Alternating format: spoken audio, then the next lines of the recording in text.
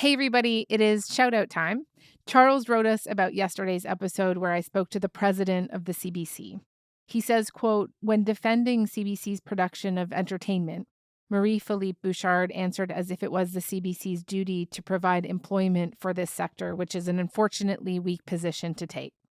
I did also notice that argument, and so did the episode's producer, actually, Charles. And to pull back the curtain for a second, when I do interviews like this, especially when you have limited time, you have to make these split-second calls. Am I going to pick up on every moment and follow up, which could run out the clock, or do I move on and make sure that I have time left for what unexpected response I might get later on a different topic?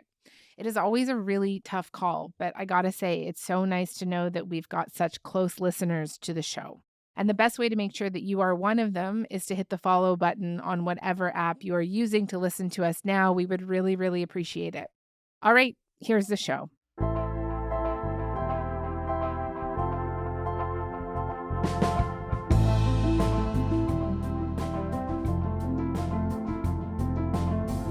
I want to read you a quote about this year's Nobel Peace Prize winner, Venezuelan opposition leader Maria Corina Machado. It's from the Nobel chairman who said that she earned it for her, quote, struggle to achieve a just and peaceful transition from dictatorship to democracy. The prize was awarded last week and obviously not given in a vacuum. The U.S. has taken an increasingly belligerent stance against Venezuela's president, Nicolas Maduro. So today, we're going to be talking about Machado, but also the legacy of the Nobel Peace Prize itself, its controversial winners, who gets it, who doesn't, and theories about why. Jay Nordlinger is here. He wrote the book Peace, They Say, A History of the Nobel Peace Prize. Jay also writes for The Next Move, a publication of the Renew Democracy Initiative.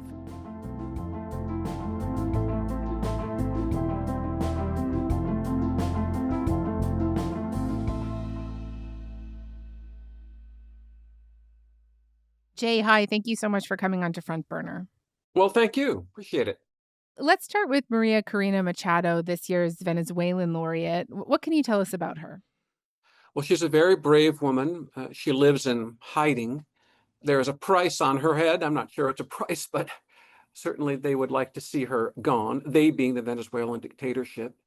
She has become the leader of the Venezuelan democratic opposition movement. It has had several leaders, but this movement has coalesced around her. So I think the Norwegian Nobel Committee has awarded her personally and awarded this movement or effort. Certainly, that depiction that you just made of her, a pro-democracy hero, is one that we've heard a lot. But the other one that has emerged recently is this other depiction of her as an American proxy, someone that has supported sanctioned regimes in Venezuela and generally supports the American position in the country. She's also waxed poetic about leaders like Donald Trump. So what do you make of those two depictions of her? You know, I'm not sure she's waxed poetic about Trump, has she? She appreciates the support of the U.S. administration. That's for sure. I know she dedicated this prize to him. I dedicated this prize to the people of Venezuela and to President Trump because I think he deserves it. He's the main supporter of this fight against this narco-terrorist cartel. And also because we've seen in these last months impressive results in terms of conflicts that were stopped or solved. I think that was prudent. I think that was tactical. I think that was an act of diplomacy. He needs U.S. backing. Yes, democracies, many of them, back this democracy movement in Venezuela, as well they should, from my point of view. The dictatorship has backing, too, from fellow dictatorships. Russia, China, Iran, Cuba, Nicaragua. That's quite a lineup. And, you know, these little guys in hiding and so on need all the support they can get. So it's quite unequal. But yes, movements such as this thirst for well-wishers and sympathizers and backers. They always want help. To me, it's natural. Machado is a Democrat with a small d, and she wants the support of fellow Democrats. The person who actually got the Nobel Prize called me and said, I'm accepting this in honor of you because you really deserved it. That a very nice thing to do. I didn't say then give it to me though. I could have said, I think she might have. She was very nice, and I've been helping her along the way. They need a lot of help in Venezuela. It's a basic disaster. So her win comes at a time that the Trump administration has been blowing up boats near Venezuela. Yeah. They have said that they are full of narco traffickers, but have not provided evidence of that. Trump has repeatedly labeled Venezuelan President Nicolas Maduro of being a narco himself, and it was revealed this week in the New York Times that Trump has approved covert CIA operations inside Venezuela. And can you situate her win in this current moment for me? Well, Venezuela is in the news and was in the news before the announcement of the Nobel Peace Prize. It could be Venezuela's moment or another one of them. And the world is messy. Certainly the Trump administration is very, very messy. But it's important to remember that the Nobel Peace Prize is usually given for specific work. And it has been done in this case, that the specific work that this woman and her fellows, her allies, are doing in Venezuela.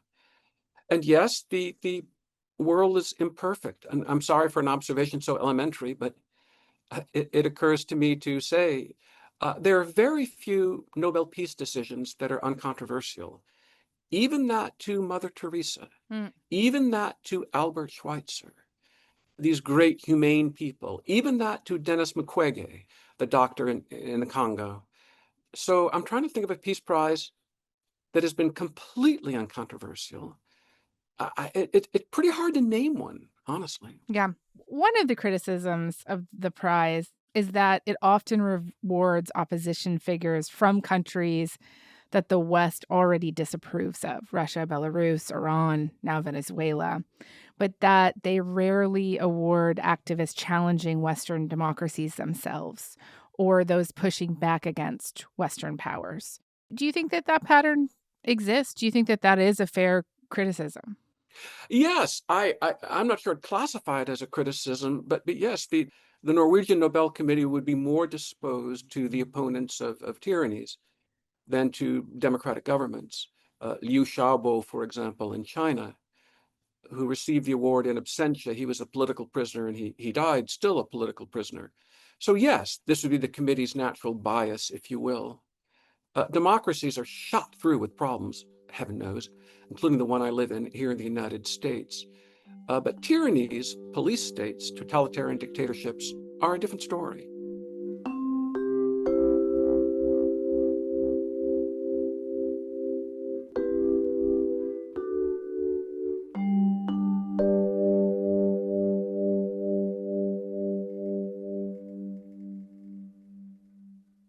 Donald Trump has repeatedly expressed a desire to be awarded the Nobel Prize. Has he ever? It's quite something. There's never been so brazen a campaign, ever so open and brazen a campaign for the Nobel Peace Prize. And one thing I say about Trump is that sometimes he's almost touchingly transparent, and his sheer coveting of the Nobel Peace Prize he has let hang out. So what they're trying to do with the Epstein hoax is get people to talk about that instead of speaking about the tremendous success like ending 7 wars. But I stopped 7 wars, and 3 of those wars were going on for more than 30 years. If it were somebody else, they would have gotten 5 Nobel Prizes. I never even got a mention. And it's an amazing thing. I don't say this out of ego, but I was nominated for the Nobel Peace Prize. Why do you think he wants it so badly? What does it represent for him? He's already the most powerful person on the planet. He is the leader of the largest military and largest economy in the world. Why does he want this prize? Bear with me a second. This might sound a little weird. Donald Trump is a man of the 20th century. I am a man of the 20th century. In the 20th century, being on the cover of Time magazine was a really big deal, a huge deal. You had really made it if you're on the cover of Time magazine, at least in a positive way. In the current media environment of the 2020s, like 19 people read Time magazine. No offense to Time magazine, but it's still a big deal in the president's mind. So is the Nobel Peace Prize, because it has always meant glory, being crowned almost as a secular saint. That still holds true. And Trump wants it because I think vainglory demands it. I'm curious to see how you answer this question. It feels to me also relevant to this desire to win might also be the fact that Barack Obama won it before him. That the Nobel Peace Prize for 2009 is to be awarded to President Barack Obama for his extraordinary efforts to strengthen international diplomacy and cooperation between peoples. The committee has attached special importance to Obama's vision of and work for a world without nuclear weapons. How do you think Obama's win plays in Trump's mind? Do you think Obama made good on the original promise of his Nobel Peace Prize? Because, of course, this is a president who himself was wrapped up in a history of war and global conflict as well. Well, I am not Donald Trump's shrink, but it seems to me that his real detestation is of other Republicans. Republicans from the former Republican Party, such as Mitt Romney and John McCain. I don't know if he's all that riled up about Obama, frankly. I mean, he has mocked the Nobel Peace Prize to Obama. Many people have, including some Democrats at the time. They gave one to Obama immediately upon his ascent to the presidency, and he had no idea why he got it. And you know what? That was the only thing I agreed with him on. But I don't think Obama looms large and occupies much space in Trump's mind. Other Republicans do. Oh, that's interesting. Yeah. And then what about Obama himself? Do you think he made good? I don't know what the Norwegian Nobel Committee would say. Probably not. Politicians always disappoint. I could say that from my perspective, Obama gave a very good Nobel lecture in Oslo. And he talked about the indispensability of the U.S. military to the peace of the world. Yet the world must remember that it was not simply international institutions, not just treaties and declarations, that brought stability to a post-World War II world. Whatever mistakes we have made, the plain fact is this: the United States of America has helped underwrite global security for more than 6 decades with the blood of our citizens and the strength of our arms. That was a pretty rare Nobel lecture. Another one like it was that of George C. Marshall in the early 1950s, who was given the Nobel Peace Prize for his Marshall Plan, as everyone but him called it. He called it the European Recovery Program, which was its formal title, and he gave a similar speech.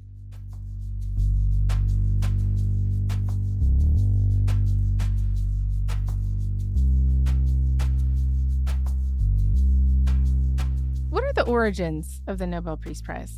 Well, there was this fellow, Alfred Nobel, a brilliant man, an industrious man, an inventor, a scientist, an entrepreneur, a Swede. I admire him a great deal. He was one of the major figures of his day, and he was an idealist and also a realist. He was a man of parts and a man hard to pin down, really.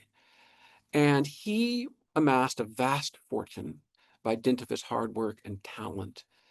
He was never married, didn't have children. That was a great sadness in his life. He had nephews and nieces and so on, whom he took care of in his will. But he bequeathed his fortune on these prizes, and it made worldwide news. Now it's perfectly common for people to leave great deals of money to public causes. It wasn't then. And so we had these prizes in science for his fellow scientists. And he cared a great deal about writing and literature, so he established his literature prize. And it wasn't for just any literature. He stipulated that the prize was to go for writing, quote, in an ideal direction.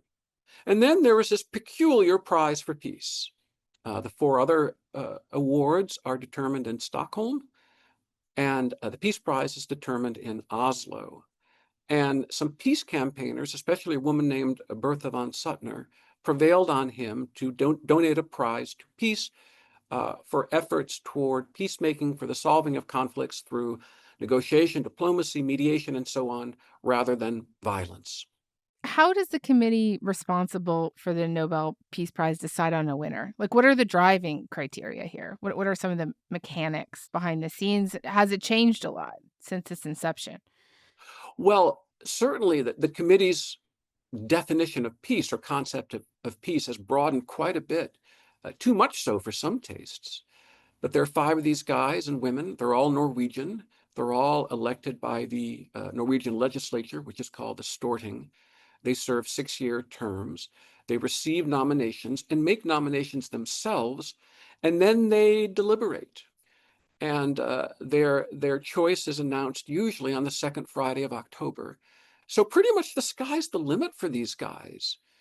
Starting in the 1960s, they gave human rights awards, so to speak, or freedom awards, like the most recent one to Maria Corina Machado. They've given it to environmentalists. They gave it to a micro-lender, a micro-banker, Muhammad Yunus in Bangladesh. They gave it to a great American agronomist, Norman Borlaug, for feeding the starving across the world. So what is peace? Yeah. This is a question with which the committee has long had to wrestle, and you can't satisfy everyone with your answer. Trump has the desire to join American presidents like Obama, as we've discussed, but also Theodore Roosevelt, Jimmy Carter, Woodrow Wilson, who I guess was a controversial recipient based on his record of racism and white supremacy. Can you walk me through these wins and what this award has meant to the legacies of these leaders? Well, starting with Wilson, and please remind me if I forget one, I don't think his award was controversial because he was given the Nobel Peace Prize for sort of an obvious and natural reason. He was the moving force behind the League of Nations. And so that fit perfectly with the criterion Alfred Nobel's will of 1895. The first criterion, and most important, is fraternity between nations. And then there's the holding of peace congresses and essentially disarmament or the reduction of armies. And so, Wilson was the primary founder of the League of Nations. So he was what you might call a natural Nobel laureate. And so is Theodore Roosevelt in 1906. That was controversial because Roosevelt was seen as a belligerent figure, not a pacific figure. But he won primarily, not exclusively, but primarily for his mediation in the Russo-Japanese War, which resulted in the Portsmouth Treaty of 1905. Also because he gave the new International Court at The Hague something to do, a dispute between the United States and Mexico to solve. Who else do we have? Carter? Right. Now, let me tell you this. Nobel Prizes are not supposed to be lifetime achievement awards. Sometimes they are in practice, but according to the testator, Alfred Nobel, they're to be given for the best or most work done during the preceding year. But Carter won the Nobel Peace Prize essentially for a post-presidential lifetime of good works. And Obama, obviously, the Norwegian Nobel Committee had its press release and so on, giving its reasons for awarding Obama. But I heard a theory from several people in Norway, and I kind of believe it. Let me try it out on you. It might be hard to imagine at this remove, but Barack Obama was a rock star. He was like the Elvis of the political world. He was a big deal on the international stage. And it might be that these 5 Norwegians said, what can we do to bring him to our frozen capital up here? What would get Barack Obama to Oslo? And the answer was to give him the Nobel Peace Prize. Use him to make the Nobel Peace Prize more powerful. It goes both ways, I guess, right? Right.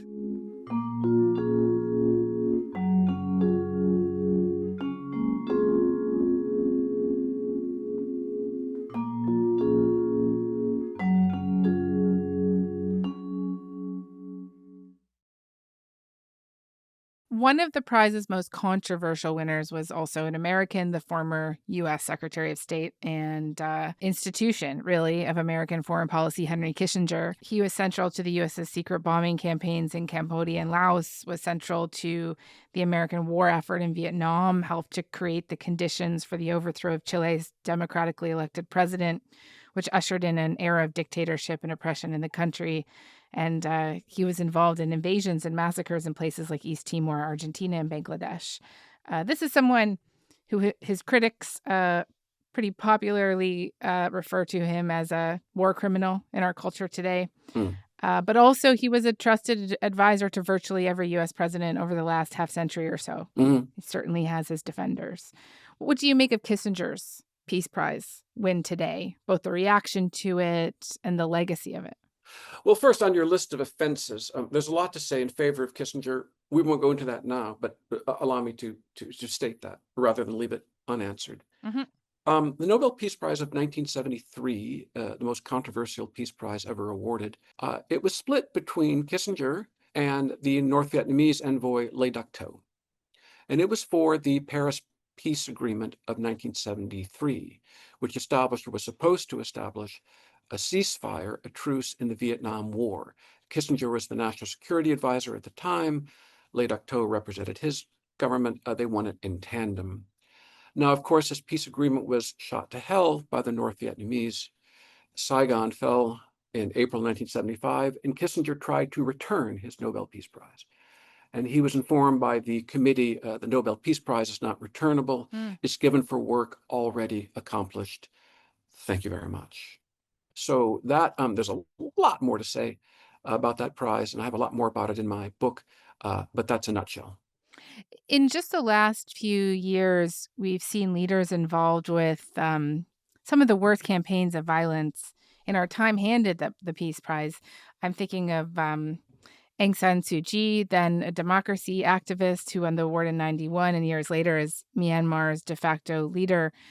She would enable the mass killing of the country's Rohingya minority. In 2019, Ethiopian Prime Minister Abiy Ahmed won the award for ending a 20-year stalemate following war with bordering Eritrea. And 1 year later, the Ethiopian Prime Minister and the president of Eritrea would lead a military campaign believed to have killed between 600,000 to 800,000 civilians in just 2 years in Ethiopian province of Tigray. What do these kind of winners do reputationally to the prize as an institution? I think they heard it, but it has to be explained. Aung San Suu Kyi was a heroine, a great woman, an incredibly brave woman who put her life on the line. And I think she was a thoroughly meritorious winner of that Nobel Peace Prize. She was under house arrest. Later in power, she proved a disaster because of the compromises she made with the junta, in effect, a disaster. So that was embarrassing. It seemed wise at the time, I suppose, to give the Ethiopian leader the prize for the resolution of this conflict of so many years, I think 20 years. And then, of course, great bloodshed to follow. It's a very risky business to award a peace prize for work already done. Mm-hmm. You know, I think of and there's no mark on his record, but I think of the great American Ralph Bunche, the U.S. diplomat, later UN diplomat, who led the mediation between Israel and the Arab states in the 1940s. He won the Peace Prize, I believe, for 1950. That was all shot to hell. But as the committee told Kissinger in 1975, you know, we didn't return Bunche's award. We appreciated his efforts, and the same here. But yes, if one could only have hindsight, that is correct.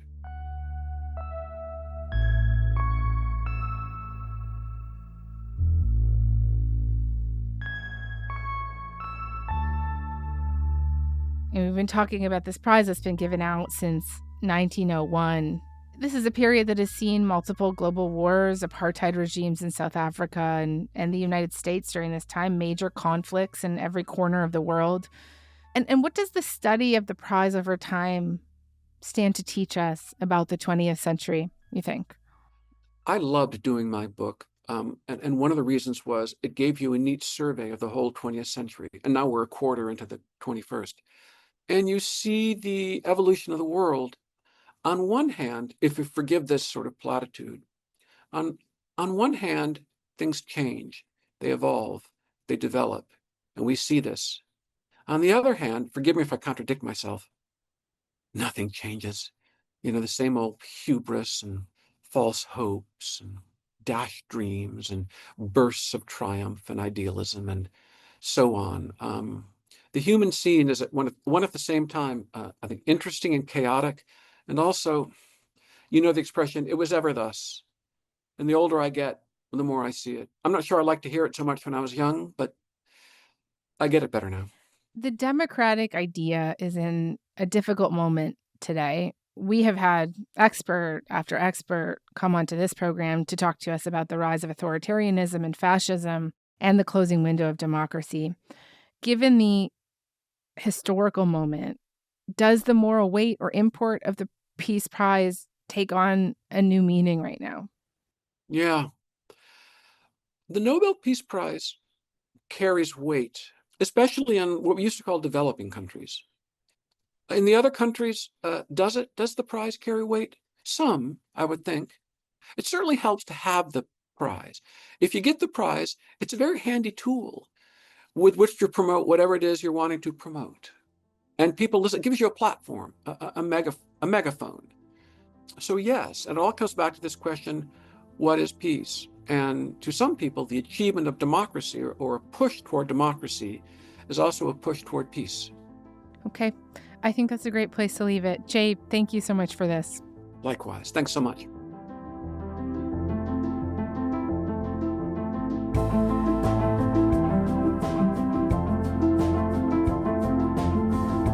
All right, that is all for today. Front Burner was produced this week by Joytha Shangupta, Matthew Amha, Matt Muse, Lauren Donnelly, Cecilia Armstrong, Sam McNulty, Dave Modi, and Mackenzie Cameron. Our YouTube producer is John Lee. Music is by Joseph Shabason. Our senior producer is Elaine Chow. Our executive producer is Nick McCabe-Locos. I'm Jamie Poisson. Thanks so much for listening to Front Burner. Talk to you all next week.